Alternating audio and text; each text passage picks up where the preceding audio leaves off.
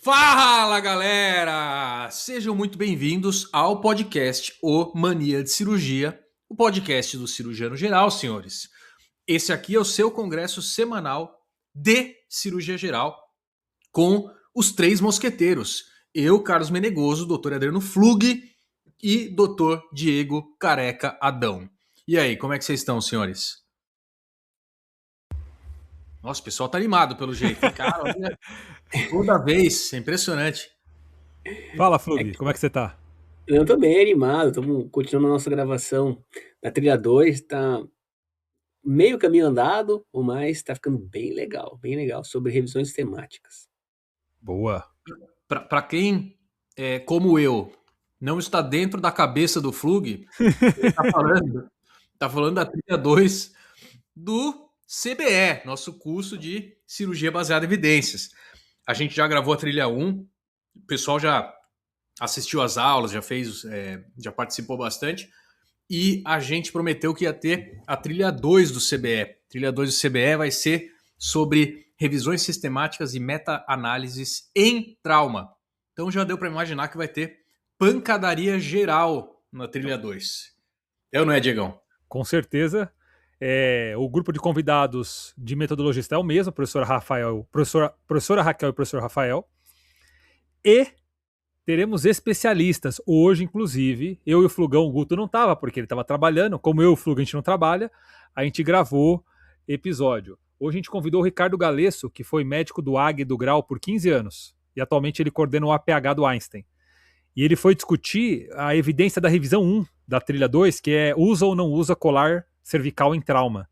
E aí ele contou a experiência dele. Guto foi animal, cara. Foi bem legal. Depois assiste lá que ficou bem bacana. Mas para você que tá por fora até do que é o trilha 1, prepare-se. Que dia, Guto? 28 de janeiro, às 9 da noite. O que vai acontecer? Nós faremos uma aula aberta para todos vocês, mostrando como que são as aulas do trilha 1.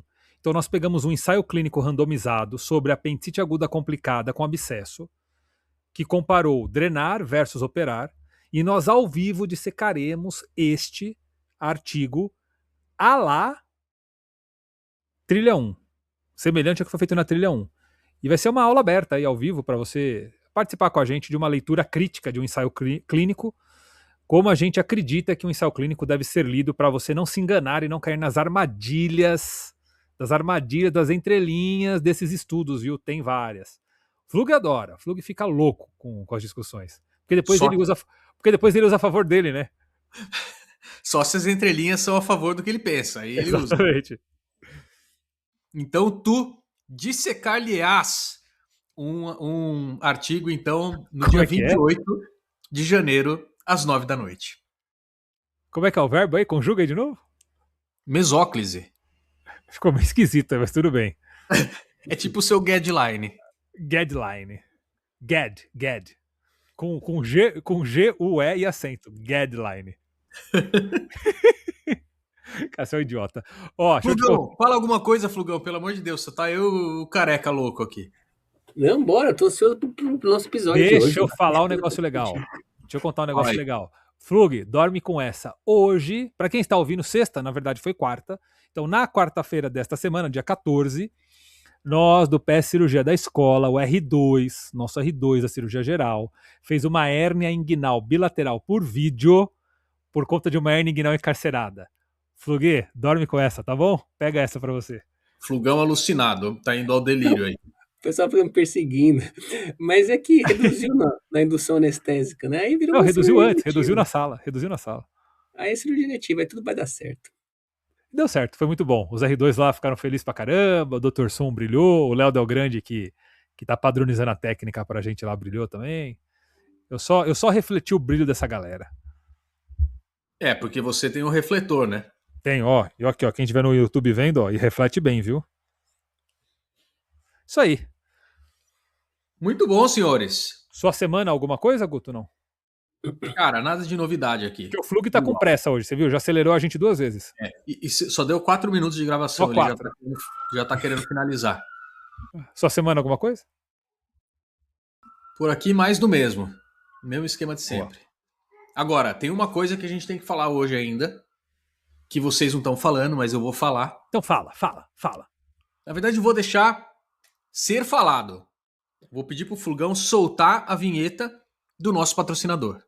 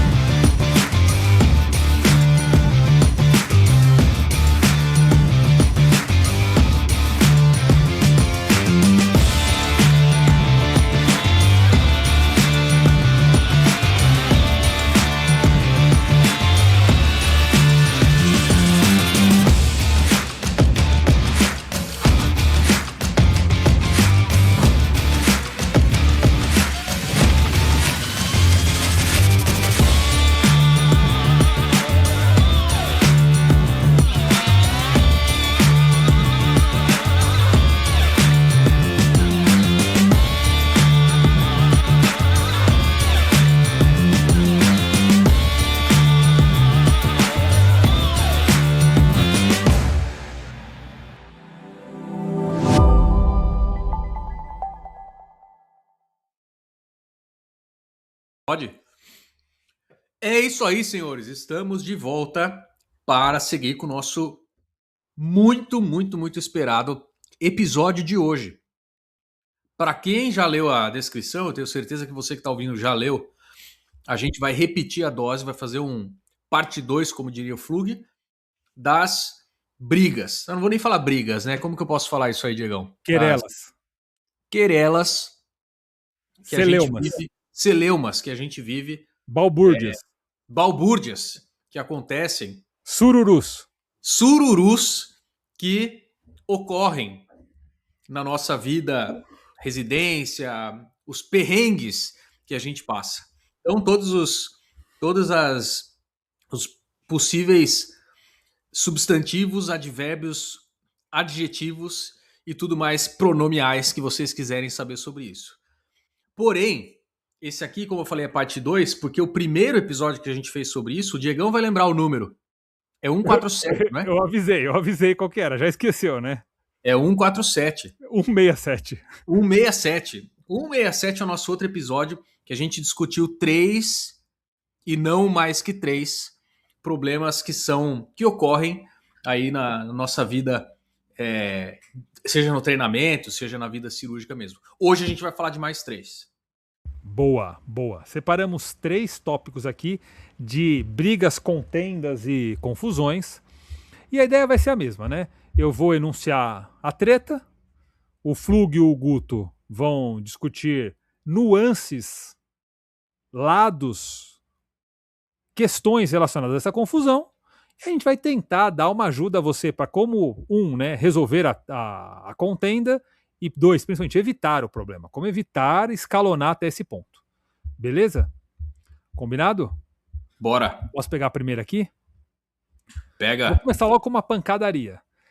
Começa. Disputa entre especialidades para não assumir a titularidade de um caso. Esse caso não é meu. Alta, seguiremos como interconsulta. Então, você pede uma interconsulta para alguém, louco para passar o caso, né? Tem nada da cirurgia, por exemplo. Aí a clínica responde assim: sugiro controle de potássio, solicitar, né, ressonância de crânio, dosar não sei o que onde, tal, eco transesofágico, embaixo, seguiremos. Ou o contrário, né? Uma fratura de pelve, já está estável, quebrou o fêmur, tudo, você passa por TOP, põe sem conduta da ortopedia, na alta encaminhar para o ambulatório. Né? Só que a alta vai ser daqui 15 dias, quando o cara conseguir pôr o pé no chão. Ou seja, escolha a situação que você quiser, em que 2 pessoas não querem o paciente. Este caso não é meu, porque ele é complexo, porque ele vai ficar internado, vai ocupar leito, demanda muito, não vai gerar produtividade cirúrgica para nenhuma equipe, sabemos, né? Não vamos fazer aqui nada hipócrita, né? Sabemos que isso acontece muito nos serviços. Vou começar com o Flugão aí. Flugê, costuma ver isso, não costuma? Quer comentar alguma coisa?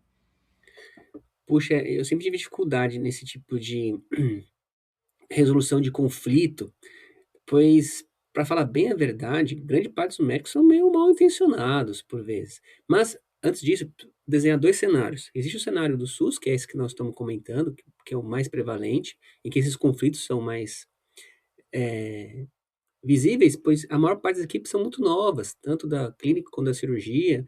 A demanda do serviço é muito alta, então, na perspectiva de diminuir alguma coisa, para ter um paciente a menos para passar no bucho, tem essa pressão de você resolver rápido, né? O pronto-socorro é muito pesado. Então, fica nesse conflito. Já no cenário do convênio é mais tranquilo, né, a conversa consegue fluir melhor, mas agora no cenário de privado, das classes A, B, dos hospitais de maior, poder aquisitivo, nossa, o cenário é justamente oposto, e a maior parte dos conflitos vem pela disputa do paciente. Por exemplo, quando há um paciente de trauma, esse paciente tem dono, às vezes é um cardiologista, às vezes é um infecto, e a titularidade se mantém com ele. Grande parte de demissões de médicos de especialidades vem nesse conflito, porque o cirurgião fala: "Pô, é um trauma de pelve, o que que tem a ver o cardiologista?". Cara, lá é assim que funciona, senão você vai perder seu emprego, seu status, seja lá o que for. Então é muito difícil para um residente aprender, porque ele aprende uma coisa na faculdade, né, e no mundo privado ele vai se deparar com um outro universo. Mas de maneira resumida, eu fazia tudo errado, cara, eu brigava com todo mundo, xingava, eu era odiado. Na preceptoria então, eu É adorava é colocar, era odiado? Era, hoje você não é mais. Hoje você é querido e amado, é isso? mas era odiado pelas outras especialidades, não pelas cirúrgicas, eu defendia Ah, eles. tá. Hoje você é odiado por todo mundo. É, isso me dei muito mal, porque às vezes eu comprava a briga do serviço, o serviço não me apoiava, eu quebrava a cara e ficava só eu lá dando tapa. Então, isso é muito ruim, porque desestimula você ficar nos serviços, é muito perigoso isso. Mas para resolver conflito de maneira resumida, para não estender mais, o melhor cenário é uma dica que eu aprendi de novo com o Daniel Fortes, novamente ele aparecendo aqui nos nossos podcasts. Você tem que entender qual que é, se o médico for bem intencionado, se for mal intencionado não tem jeito, você vai ter que apelar para a diretoria, uma instância superior, já sobe, já escalona de maneira educada, porque não vai dar jeito. Mas se você entender que ele parece bem intencionado, tenta descobrir qual que é a preocupação dele. Por exemplo, qual que é a preocupação do clínico? Sei lá, é um subeletrolítico? Será que está suspeito de infarto? Tenta acolher essa grande preocupação que ele está tendo, de maneira a você descartá-lo. Por exemplo, umas vezes os clínicos têm medo de um sangramento, HDA, por exemplo. Quantas vezes já viu o paciente, ele vomitou borra de café, eu acho que é HDA. Você fala: olha, borra de café é por baixo, não é por cima. Aí você explica: olha, mas de todo modo, olha só, o HB está estável. Você vai acolhendo essa preocupação. Outra coisa que eu aprendi também é que para você convencer alguém de algo, você não consegue convencer com ideias, eu já desisti disso. É muito raro alguém muito inteligente você tem que ser amigo dela primeiro. Aí quando você é amigo, você consegue convencer alguma coisa. Então o primeiro passo é você entender quem está ao seu redor. Cara, vale a pena você gastar um tempo nisso, sei lá, traz um bolo, conversa com os clínicos. Eu sei que talvez seja muito difícil, mas tenta ver, cede um pouco, conversa, pergunta como é que ele está, no ambiente não de casos, no ambiente fora. Conforme você ganha a amizade de um ou outro, você consegue conquistar um, é mais fácil conquistar o resto. Aí fica mais fácil, porque se você não conhece, você não é amigo, as pessoas estão num ambiente muito hostil, cara, nada disso que eu falei vai dar certo. Você vai ter que subir em instâncias superiores. Boa. E você, Gutão, o que você acha? Não, eu acho que eu queria fazer um alerta para você que está ouvindo e que está com lenço na mão, porque também está escorrendo lágrimas do seu olho por causa dessa coisa emocional do fluxo, de como acolher, etc. Eu vou dar um outro ponto de vista. O meu ponto de vista é radicalmente oposto. Eu estou pensando não no esquema que o Flug falou do privado, né? Porque do privado eu, sim, concordo 100%. Eu tô pensando mais no esquema público. Eu acho que assim, beleza, é importante, porque tem toda uma questão de relacionamento interpessoal. Não acho que que não tenha importância. Mas ao mesmo tempo, eu acho que você precisa de uma certa forma, e aí depende do seu grau de envolvimento com a instituição, claro. Mas você precisa de alguma forma criar um mecanismo que ele seja sustentável. Esse é o pior problema que eu vejo na proposta do Flug é porque ela não é sustentável, sabe? Porque o Flug, por exemplo, ele vai lá, ele faz amizade com os caras, ele faz isso aqui, mas se ele não tá no plantão, o negócio vai para ruína, sabe? Então, eu acho que o modo como eu vejo isso é que a pessoa que está interessada em mexer com isso dentro da instituição precisa criar um mecanismo que seja autossustentável, tem que criar um sistema mesmo que vai permitir esse tipo de coisa. Por experiência própria, no SUS, né, no serviço público, eu nunca vi alguém pegar um caso tipo numa boa, não sei o quê. A maioria das vezes você está brigando para ver quem que vai pegar o caso. A gente tentou uma época até criar um sistema de como esse caso é direcionado para qual especialidade, com base em uma sequência de perguntas, né, como se fosse um fluxograma. Se a resposta para a primeira pergunta é sim, vai para a cirurgia geral. Se é não, vamos não sei o quê. A gente tentou fazer isso para comportar um X número de pacientes, porque ainda mais em cirurgia geral, cirurgia de urgência e trauma, os pacientes são muito diferentes. Então, é difícil você padronizar, inclusive, esse tipo de coisa. Quem que é o dono do paciente? Né? Quem que vai ser o maestro do negócio? Então, esses pacientes de trauma, às vezes ele vem politrauma. Aí ele tem lesão hepática, lesão pulmonar e uma fratura de pelve, por exemplo. Só essas três lesões que potencialmente envolveriam um cirurgião geral, um cirurgião torácico, por exemplo, depende de onde você trabalha, e um ortopedista. Imagina que você tem as combinações disso aqui. Você tem uma fratura de pelve que é uma besteira, você tem uma lesão torácica que não é nada e um trauma de fígado que é mais grave. Então esse cara vai para cirurgia geral.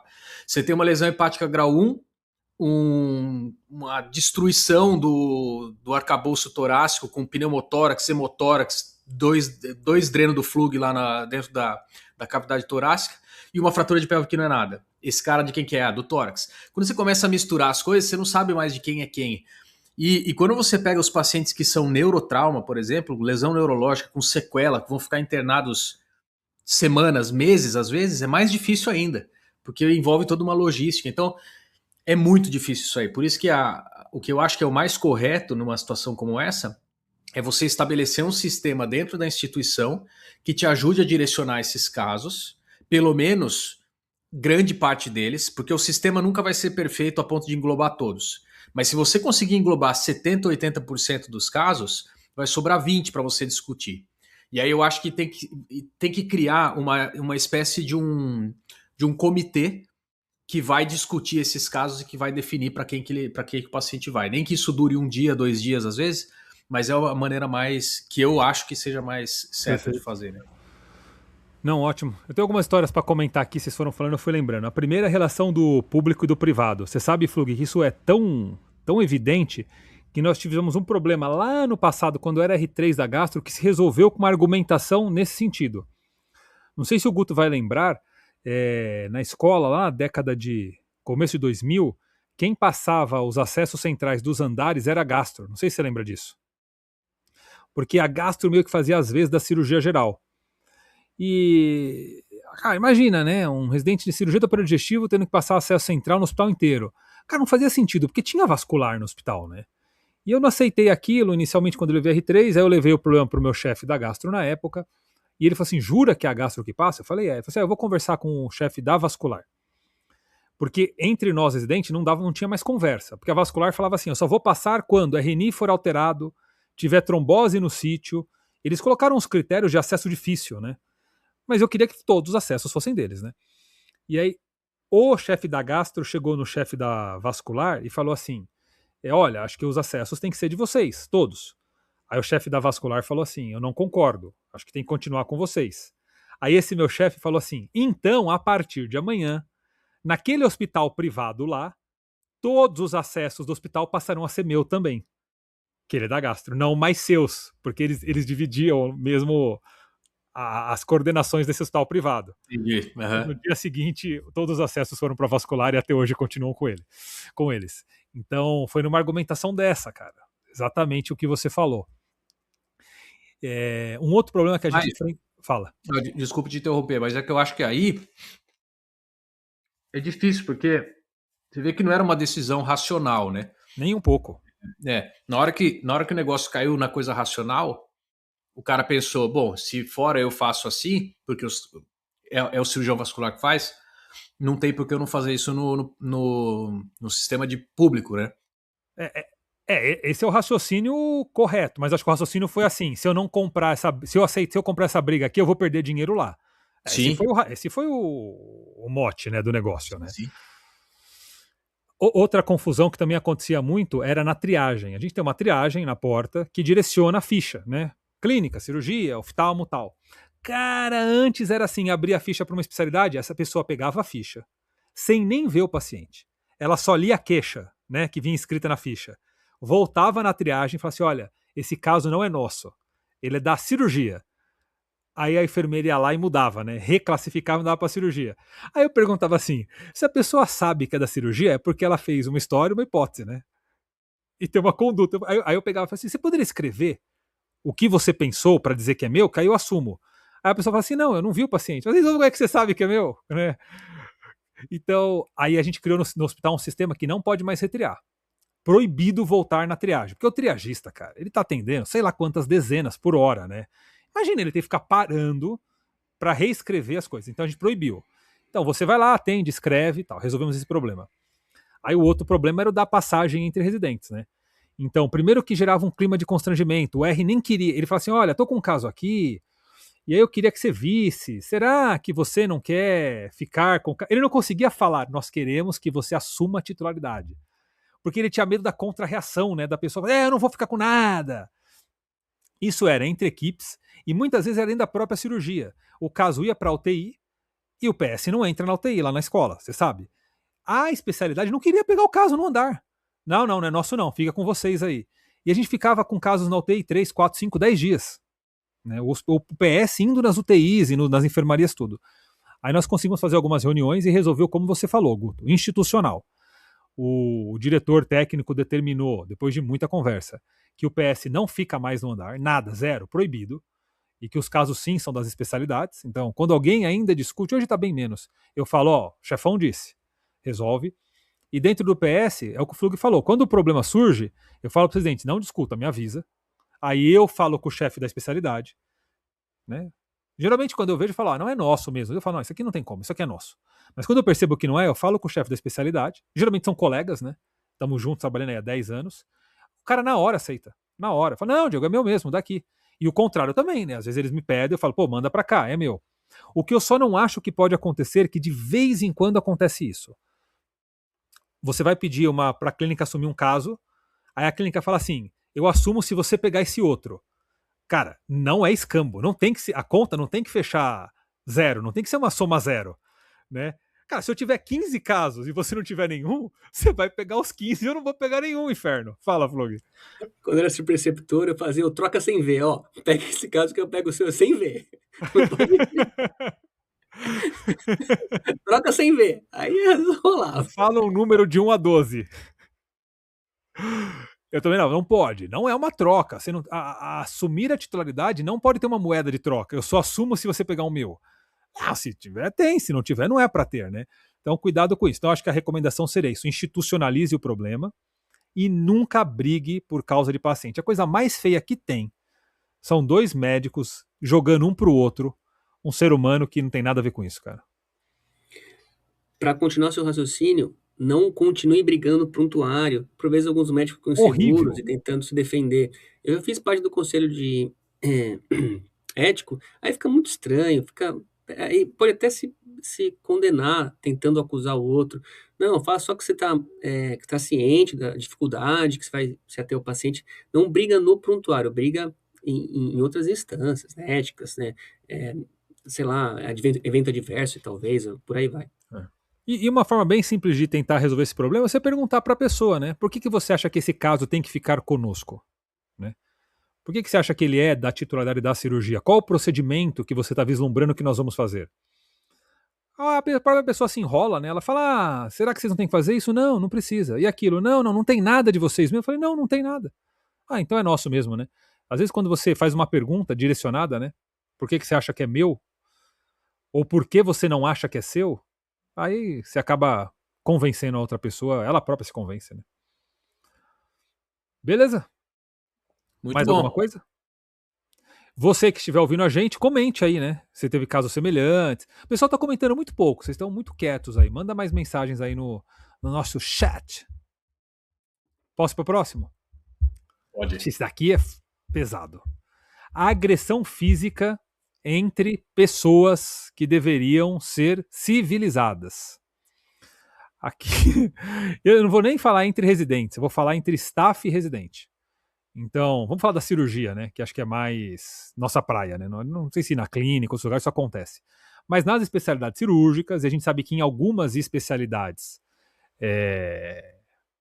em especial, né? Não vou citar quais, mas a gente sabe quais aqui, né? O modus operandi tem contato físico, né?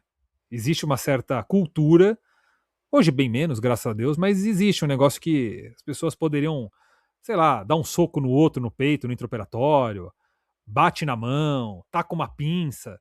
Tanto agressão verbal, vamos considerar assim, né? Xingar, né? Seu não sei o quê, seu lixo, tal.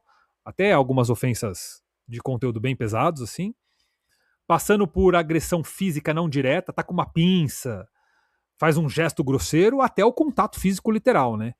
Nós tivemos já casos na escola, infelizmente, de agressão entre assistente e residente.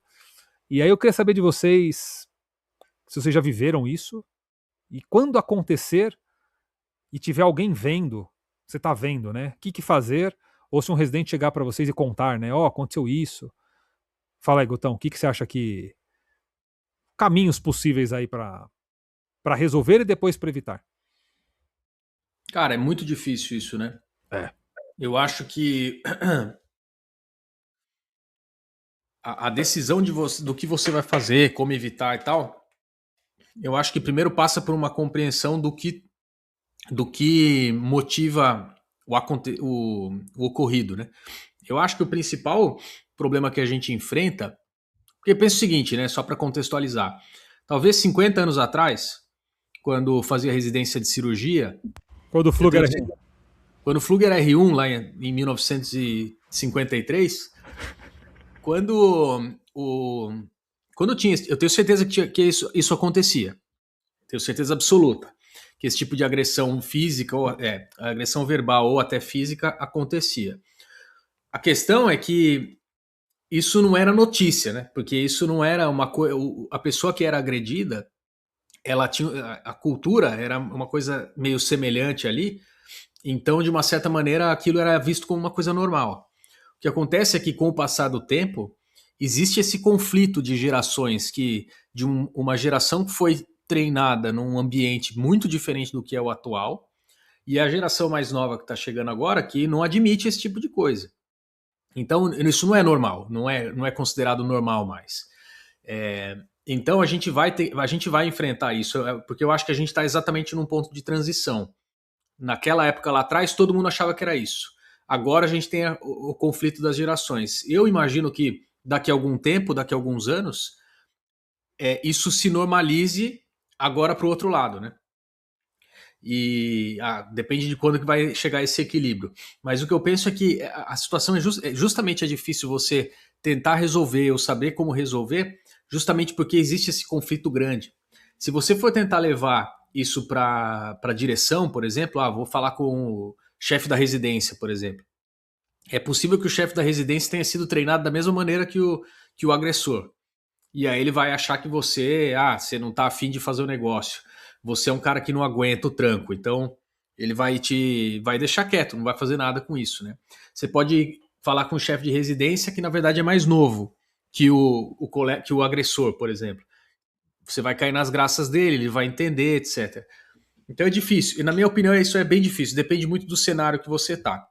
O que eu acho que eu sugiro que faça se você é o agredido? Não tem nada que você vai fazer na hora que vai resolver o problema de forma pacífica. Isso não existe. Então a maneira que eu acho que é mais fácil é naquela hora que tá todo mundo cabeça quente é simplesmente abster completamente de qualquer resposta, sabe? Não responder, não falar nada, não querer brigar, tentar evitar esse tipo de coisa. Porque eu acho que num segundo momento é a hora que você vai tentar resolver isso aí. No calor do negócio, acho que não tem como. Isso pensando no agredido, né? Agora, pensando no agressor, como é que você justifica um negócio desse, né? Hoje em dia, assim, como é que você justifica esse tipo de atitude? Não Eu não dá, consigo né? imaginar, cara. Não passa pela minha cabeça, sabe? Então, eu entendo que as pessoas às vezes perdem né, as estribeiras por algum motivo específico, mas chegar num nível tão alto assim, eu acho que é muito estranho. Não consigo imaginar, conceber isso hoje em dia, sabe? Uhum. Mas eu acho que é uma questão de processo. Geralmente quem perde muito controle numa situação como essa é por uma coisa de insegurança mesmo, né? Ou porque ele é uma pessoa tão estressada na vida, tá tão insatisfeita com o Sim. trabalho, etc., Que ele que o cara desconta no mais fraco, né? exato, que ele desconta no mais fraco. E você nota isso quando você vê a interação dessa pessoa com o outro, com o par dele, e a interação dele com uma pessoa com um nível hierárquico mais baixo. E aí você vê essa discrepância, né? Quando você nota que existe um tratamento muito diferente, geralmente tem algum problema com essa pessoa. Sim. Porque eu não consigo entender, por exemplo, para mim não faz muito sentido você tratar os residentes diferente do seu colega de plantão, por exemplo. E é todo meio médico, cara. Tá todo mundo lá, a Tá. mesma coisa, você já foi residente, sabe? Então eu acho que existe uma diferença de tratamento na hora de você fazer o trabalho, a divisão de funções, etc e tal, mas na vida mesmo é tudo igual, né, cara? Sim. Todo mundo tem que sair para comer, todo mundo tem que E dormir. depois de uns 10 anos, o residente é colega de plantão daquela pessoa. E vai encontrar nos hospitais, sabe? Então Exato. fica um negócio estranho, eu acho. É. Mas é uma das situações, acho que mais difíceis Sim, que o sim. cara pode vivenciar e tentar É. resolver, sabe? Um comentário, Flugão? Ah, sim. O primeiro ponto, eu acho que são vários cenários possíveis, né? Vou tentar imaginar um inicial.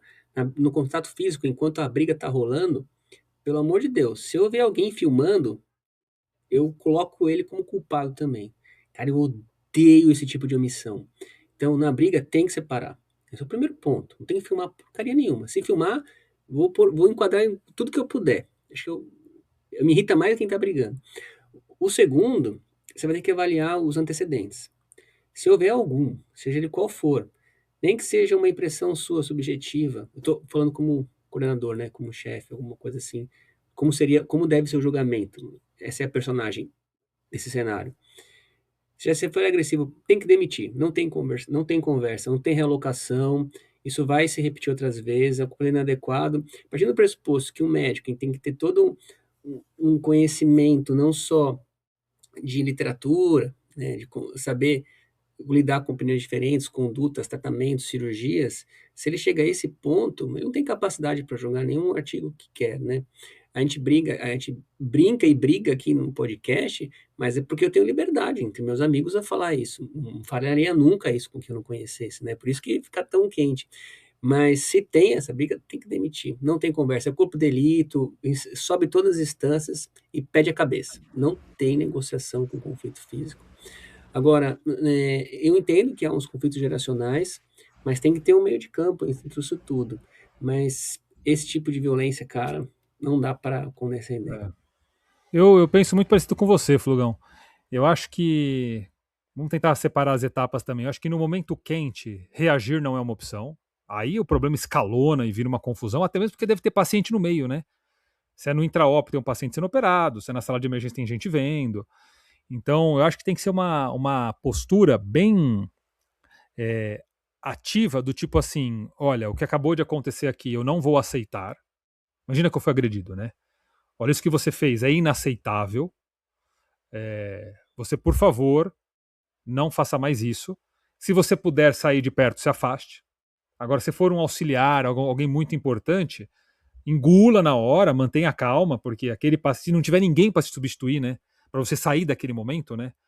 Porque se for alguém mais velho eu estiver vendo, eu tiro o residente, né? Eu falo, olha, acabou, parou, por favor, fulano, desce, vai lá, eu vou resolver isso daqui.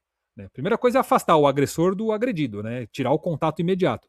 Quando isso não dá, difícil, né? A pessoa engolir em seco, engole o choro, chora quieto ali, não revida, porque se você revidar, o problema escalona, né? E só verbalize de forma muito firme. Fala, olha, o que aconteceu aqui eu não aceito, eu vou continuar aqui porque eu sou essencial nesse procedimento, mas depois eu vou querer conversar sobre isso. Né? Tenta treinar isso daí, né, na hora lá, fale e tal, mas não revide.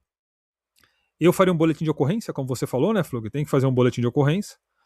E imediatamente caminha o caso para as instâncias superiores, né? Escreve um e-mail, escreve um pequeno relato do ocorrido, manda para o seu supervisor, manda para algum núcleo da Coreme, se houver, né?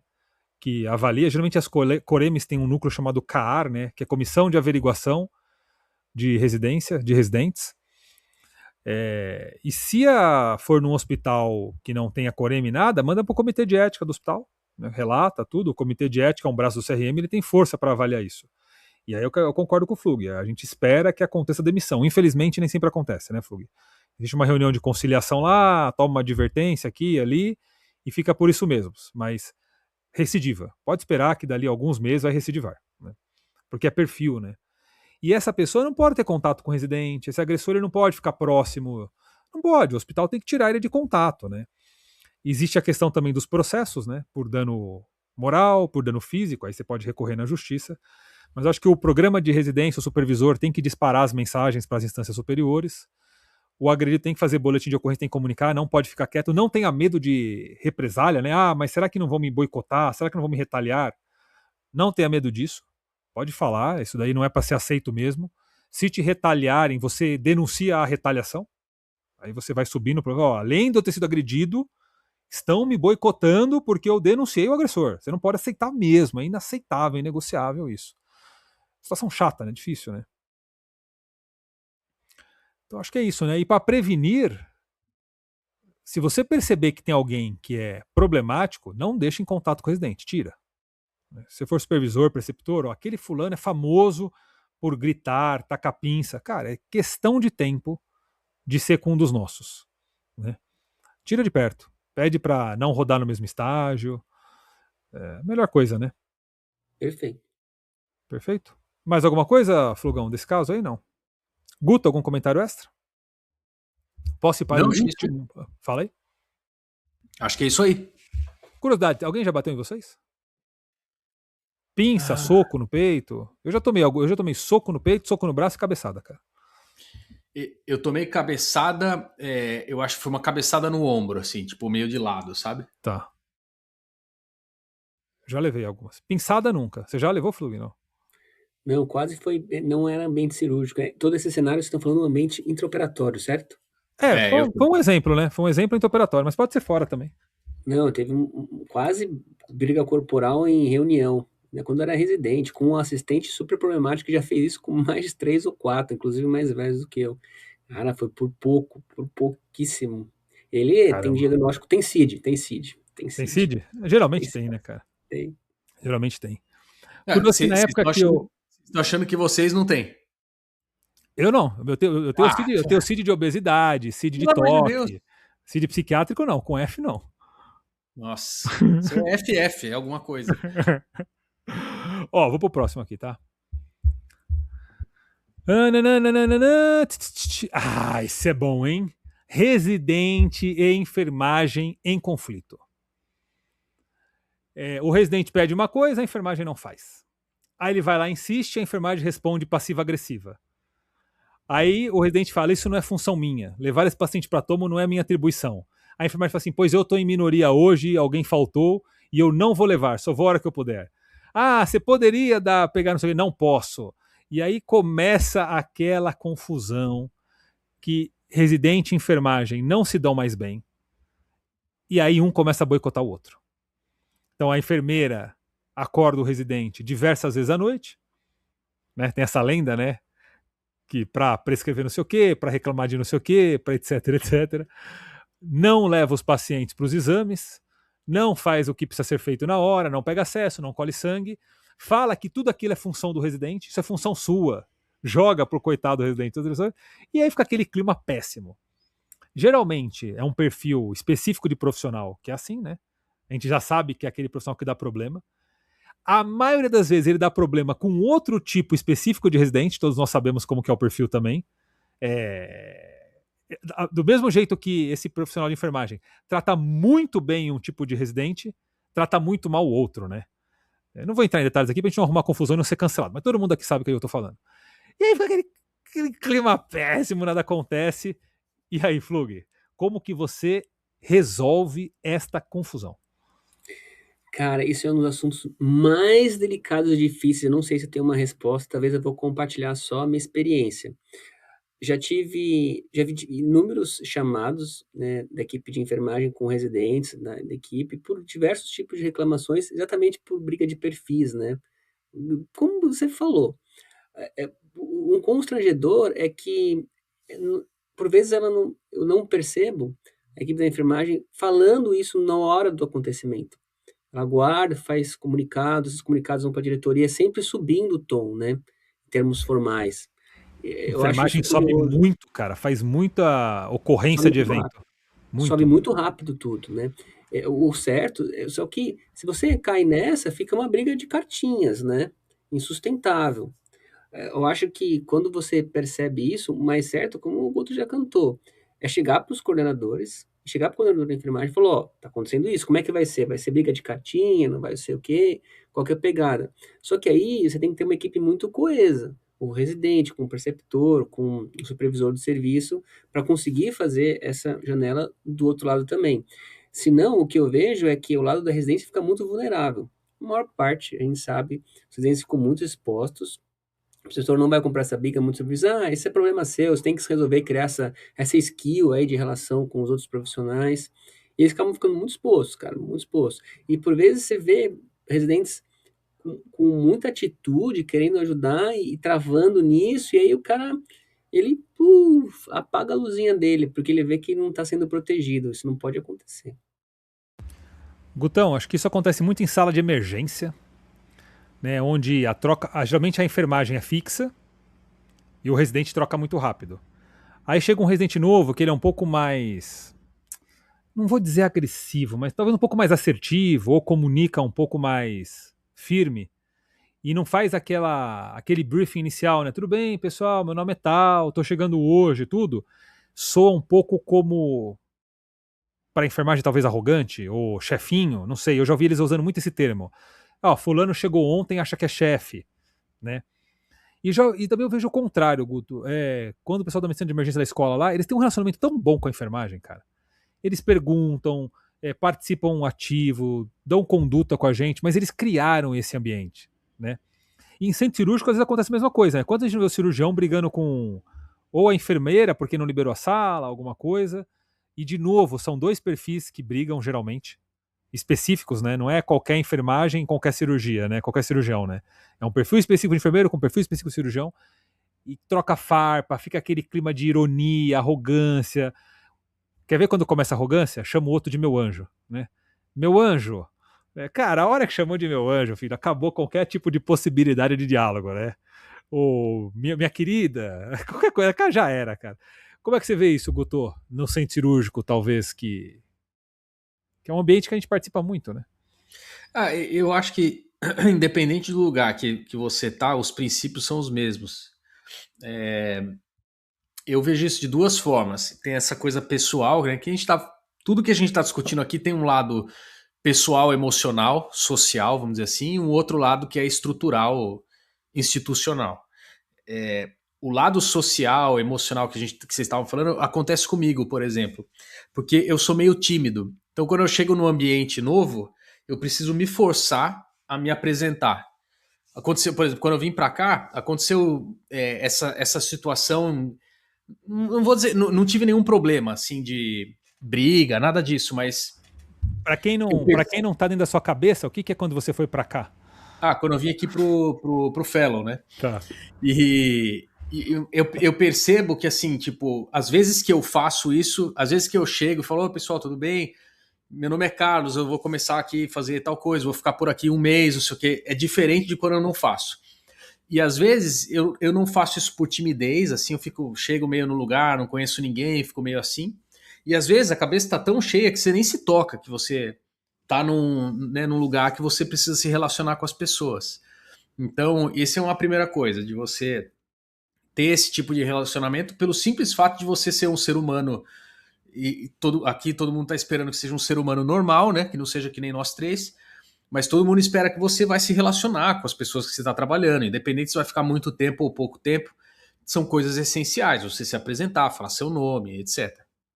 Agora tem a parte estrutural, que eu acho que é onde nós, na fase que nós estamos, que a gente tem a maior culpa desse problema. Porque o único motivo pelo qual os outros profissionais de saúde fazem esse tipo de chantagem, entre aspas, com o residente, é porque eles sabem que quando o chefe chega para passar visita e o negócio não aconteceu, ele vai culpar o residente, independente do que seja. Ah, mas o paciente não subiu para o centro cirúrgico, aí ele briga com o residente. Ah, mas não coletou o exame, briga com o residente. Ah, mas aquele procedimento que a radiointervenção ia fazer ontem não fez, vai fazer só amanhã, briga com o residente. Se a gente tivesse a percepção, se a gente tivesse a postura correta, que eu acho, né, que é baseada na percepção de funcionalidade do sistema, isso não aconteceria. E eu digo isso porque aqui acontece coisas desse tipo. Mas quando tem o problema, o foco é assim, meu, onde é que tá onde foi o gargalo disso aqui? Ah, isso aqui o gargalo foi tal coisa. Ah, foi o, sei lá, foi a administração do centro cirúrgico que não chamou o paciente. Meu, vai lá e fala com o negócio. Entra em contato com o cara que cuida disso. E por aí vai, sabe? Então, existe uma certa noção disso que muda completamente a maneira como você atua. Eu acho que essa que é a nossa falha. Tem que chegar num momento que se você descobriu, mas não coletou o exame, mas espera aí, era o residente que tinha que coletar o exame? Não, não era. O exame foi pedido. Era, sei lá quem, o técnico de enfermagem que não coletou. Então o foco tem que ser ali, né? A atitude educacional tem que ser focada nele. Até porque isso, quando você faz o inverso, quando você culpa o residente, por exemplo, de tudo que está acontecendo de errado, etc., quem está em volta se fortalece, porque eles se sentem mais ainda, tipo, agora eu estou vendo que eu posso fazer o que eu quiser, porque a culpa vai ser sempre do cara, do residente ou da residente. Na hora que você começa a envolver todo mundo, você cria um senso de equipe mesmo, de time, e desde que todo mundo saiba, tem as suas funções especificamente divididas previamente, a chance disso acontecer é um pouco menor. Mas eu acho que isso tem que partir de quem está gerenciando o negócio, sabe? Perfeito. E aí entra aquelas visitas de início de dia, né? Em que o líder da equipe junta todo mundo e aí tá todo mundo um de frente pro outro. Ele vai distribuindo tarefas e resolvendo conflitos ali. E aí não tem como alguém jogar a culpa um no outro. No dia seguinte vão perguntar, né? Mas por que fulano não coletou o sangue da tipagem? Ah, não é o residente que coleta. De quem que é a atribuição de coletar o sangue? Da técnica. Por que não coletou? O chefe, como o Guto falou, não pode falar assim, então se não coletar, o residente tem que coletar. Não, não é isso que tem que acontecer. Se a técnica não coletou, não é que o residente não substitui essa tarefa. Ah, mas se o residente não fizer, o paciente não opera. Ok, não vai operar então. A cirurgia vai ganchar, vai gerar um processo administrativo, alguém vai averiguar o problema e vai descobrir que o problema é que a técnica não coletou.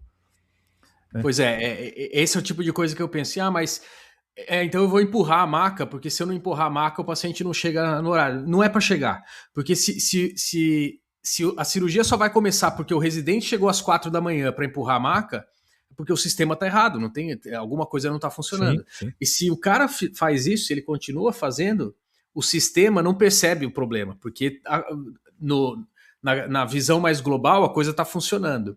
Mas é o que então, você falou, infelizmente tem chefe que apoia essa estrutura. Exato, porque é muito mais fácil para o chefe, e aí eu vou dar o meu exemplo, por exemplo, se eu estou com os residentes, eu tenho muito mais, pela minha posição hierárquica em relação a eles, teoricamente é mais fácil para mim chegar para eles e falar, tem que fazer tal coisa. E é mais difícil eu entrar e brigar com o sistema, com uma equipe de profissionais que não é da área médica, que é diferente, que não tá que eu não tenho a mesma posição hierárquica, e aí eu entrar nessa briga. Então, é uma coisa meio inconsciente. Se você não prestar atenção nisso, você vai no caminho mais fácil. E geralmente essa pessoa, com a supervisão da enfermagem, é um doce. Não, a gente vai fazer, aceita, e com o residente é um escroto. Né? Desce o cacete para baixo, mas no mesmo nível claro, tal. Só não é possível, né? Só não é possível que as pessoas... E né? Porque ele quer fazer o meio campo bom para ele, e que as coisas continuem acontecendo. É muito mais fácil fazer com o residente que daqui 2, 3 meses roda de estágio e some dali, né? Do que arrumar uma briga com alguém que tá todo dia lá, né? E você tem que ser um negócio meio de supervigilância, assim. Se você deixar quieto e não prestar atenção nisso, você mergulha no sistema e não percebe, sabe? Você começa a fazer a mesma coisa e perpetuar esse problema. Sim. Você vai lembrar, Diegão, porque a gente participou disso na residência, mas tinha um estágio específico que que não tinha as coletas de exame que precisava ser coletado. E a gente tinha que coletar os exames, tipo, na noite anterior, porque senão no dia seguinte, na hora de passar a visita com o chefe, não tinha o exame. Sim. Não teve uma vez, que eu vi alguém falar assim, pô, mas espera aí, cadê o técnico de enfermagem que ia coletar esse exame aqui? Pô, por que você não coletou? Não vi isso acontecer uma vez. Era sempre assim, pô, mas por que você não. Se o cara não coletou às 6 da tarde, por que você não veio aqui e coletou às 9 da noite o exame? Você mesmo, vem de casa, vem coletar o exame e volta. Ninguém, né? Era esse ambiente, sabe? Recentemente, você deu exemplo aí, houve uma greve ali, a equipe de sala de enfermagem desfalcou. E aí não tinha quem levasse os pacientes para tomo. E aí os residentes começaram a levar, né? Eu proibi, cara. Eu falei, primeiro, vocês não têm treinamento em transporte intra-hospitalar. Ninguém foi treinado, né? Se tiver alguma intercorrência no caminho, quem que responde legalmente por isso, né? E segundo, não é atribuição sua. Porque ao contrário, se um residente meu faltar, ou entrar em greve, ou ficar doente, ninguém da enfermagem vai fazer a tarefa dele de passar visita no lugar dele por mim. Então eu falei assim, olha, proibido de levar, avisem, eu avisei também, eu falei, olha, os residentes, mantém um grupo de WhatsApp da coordenação do pronto-socorro, eu falei, ó, os residentes não levarão pacientes para tomografia, e o que eu pedi para os residentes? Aqueles casos que não forem críticos, não fica cobrando também, né? Porque tá desfalcado, vai demorar mesmo.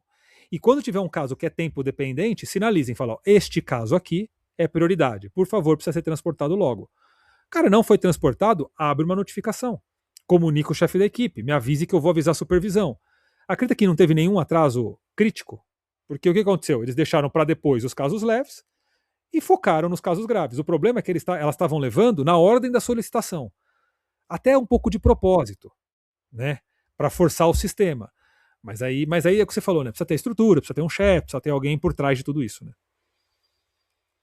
Fala, Flug. Boa, acho que tentando juntar tudo. O Huddle é um mecanismo aplicado em vários hospitais, tanto privados quanto no SUS, que reúne várias equipes, vários membros de cada equipe multidisciplinar. Isso ajuda muito a falar a mesma língua, apresentar a própria equipe, resolver esse tipo de conflitos, né, de sistemas, de procedimentos. Acho que é uma das ferramentas mais importantes para evitar esse tipo de conflito.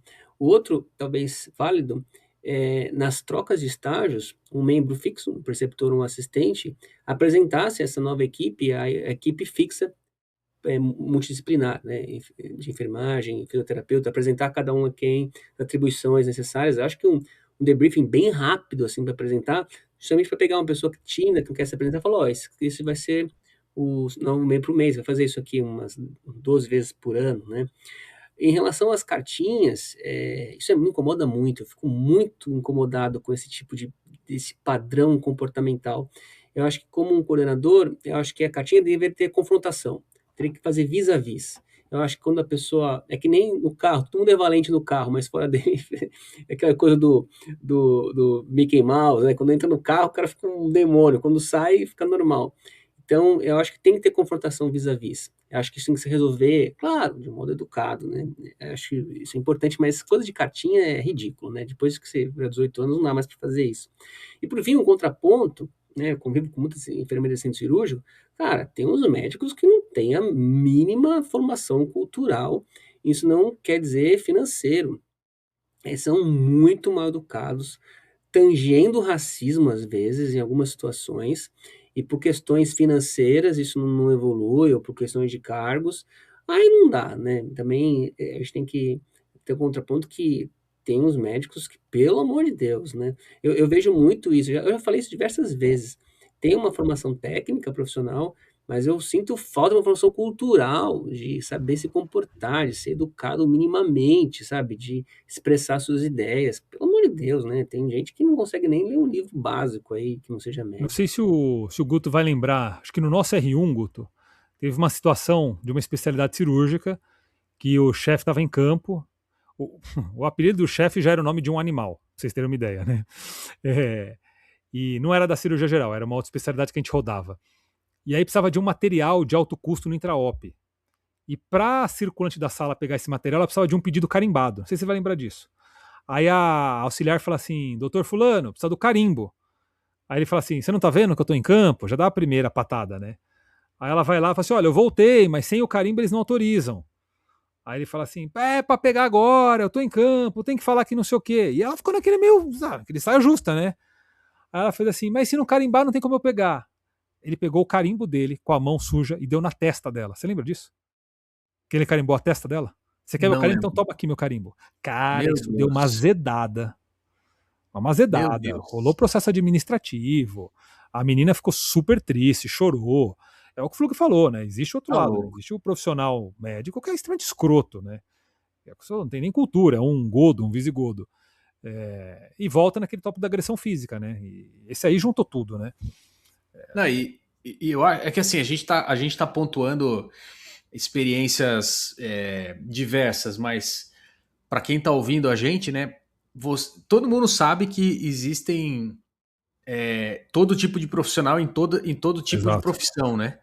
Então, da mesma forma que tem um monte de médico que é truculento dessa forma, também tem um monte de profissional da enfermagem ou da fisioterapia ou qualquer que seja, de qualquer outra área da área da saúde que também é truculento. E também tem o oposto, putz, inclusive a grande maioria, pelo menos da minha experiência pessoal, a grande maioria dos profissionais de saúde, sejam da área de medicina mesmo, ou enfermagem, físio, o que quer que seja, a grande maioria é de bom relacionamento, faz as coisas direito, quer o melhor para o paciente, quer trabalhar em Sim. equipe. Então, a grande maioria é assim. Claro que tem os casos. 95%, 99%, cara. Exato, é. Então, só para o pessoal que está ouvindo não achar que a gente está fazendo, que eu pelo menos, nas coisas que eu falei, né? Não estou fazendo nenhuma perseguição Ah, específica, mas não, não, não. como eu falei, toda profissão, toda área tem a sua Sim. quantidade de pessoas que não faz como tem que ser feito, cara. É simples, assim, não tem outra maneira de fazer, outra maneira de falar. A pessoa não atua na equipe, em prol da equipe, pensando nas coisas do paciente, etc e tal. Então, é uma pena, mas isso tem em todo lugar, né? Não, você falou a verdade. Até quando a gente falou o exemplo de agressão, não é todo chefe que é agressor, residente, escroto, não é todo residente. A gente pegou os exemplos que dão o conflito, né? Que rara, felizmente, é a exceção. Até mandar um beijo para as enfermeiras da sala do Hospital São Paulo. E os enfermeiros sempre estão ajudando a gente aí, que são parceirão nosso. Shimu, Cássia, Fabiola, Ti, Centro Cirúrgico, a Sara, Patrícia, todo mundo lá. O pessoal é gente boa demais, cara. Graças a Deus a gente tem enfermeiros muito bons lá ajudando a gente. Fechou então? Fechou, claro? Já era?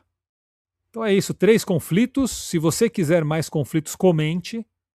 Fale, eu quero mais treta, eu quero mais querela, eu quero mais balbúrdia, né? Uhum. Hashtag briguem mais. Dê ideias, né? Precisamos de ideias para conflito. A gente tem algumas, mas seria legal se vocês trouxessem motivos de contenda. Adoramos tretas. Então tragam-nos. E se tiver alguém que não ouviu ainda, mas quiser ver treta também, tem que ouvir o episódio de Hérnias Inguinais na Foi bom. urgência. Foi bom. Cara, eu não lembro de um episódio que você e o Flugão se pegaram tanto, cara. Acho que aquele foi Cara, teve o um no ponto alto. passado, eu lembro. Já teve alguns que a gente tirou, teve uns ranca-rabo. Eu quero mudar o nosso padrão de cirurgia baseada em evidências para cirurgia baseada em evidências críticas, porque por essas evidências aí é uma porcaria. Não tem grau de recomendação, não tem risco de viés. Os caras mudam conduta baseado num clínico que publicou 10 casos. Pelo amor de Deus. Sabe o que mais me dá raiva? Sabe o que mais me deixa puto? Que ele não tá errado. É isso que me deixa mais puto. Mas a briga surge porque ele não estando errado em ser a evidência uma porcaria, ele se comporta de forma malandra. Porque ele manipula as evidências da forma dele. Isso que me deixa puto, porque ele é safado. Mas eu vou falar entre aqui o que. Cara, todas as minhas experiências muito ruins de cirurgia, sabe quando você sai, cara, eu acho que eu fiz merda, sabe? Uhum. Fala, meu, essa cirurgia aqui, cara, foram de madrugada. Isso me deixou tão traumatizado, assim, com o tempo, assim, falei, meu, que eu fui pegando medo. Falei, putz, cara, isso Uhum. aqui, eu tô me expondo muito. Aí, por isso que eu tento É. fazer esse contraponto. A barrigada virou trauma de infância. A noite é muito É, perigoso, cara. Como é Deus que fez a noite e até meu. como é que é a frase de Deus aí? Deus fez a noite? E até meu. Onde que tá isso, essa frase aí? Se você procurar, você vai achar. Existe um evangelho apócrifo, que foi o Flug que escreveu? Essa frase tá lá nesse evangelho dele. Guto, encerra pra gente aí, vai. Muito bom, senhores. Chegou a hora. Chegou a hora de dar adeus aos três mosqueteiros, porque esse é o fim do episódio. Se você gostou, pelo amor de Deus, faz um comentário, marca uma estrelinha aí no seu Spotify, compartilha esse podcast com o seu amigo, porque aqui o negócio é virar maluco, maníaco em cirurgia. Senhores, prazer inenarrável. Até o próximo episódio.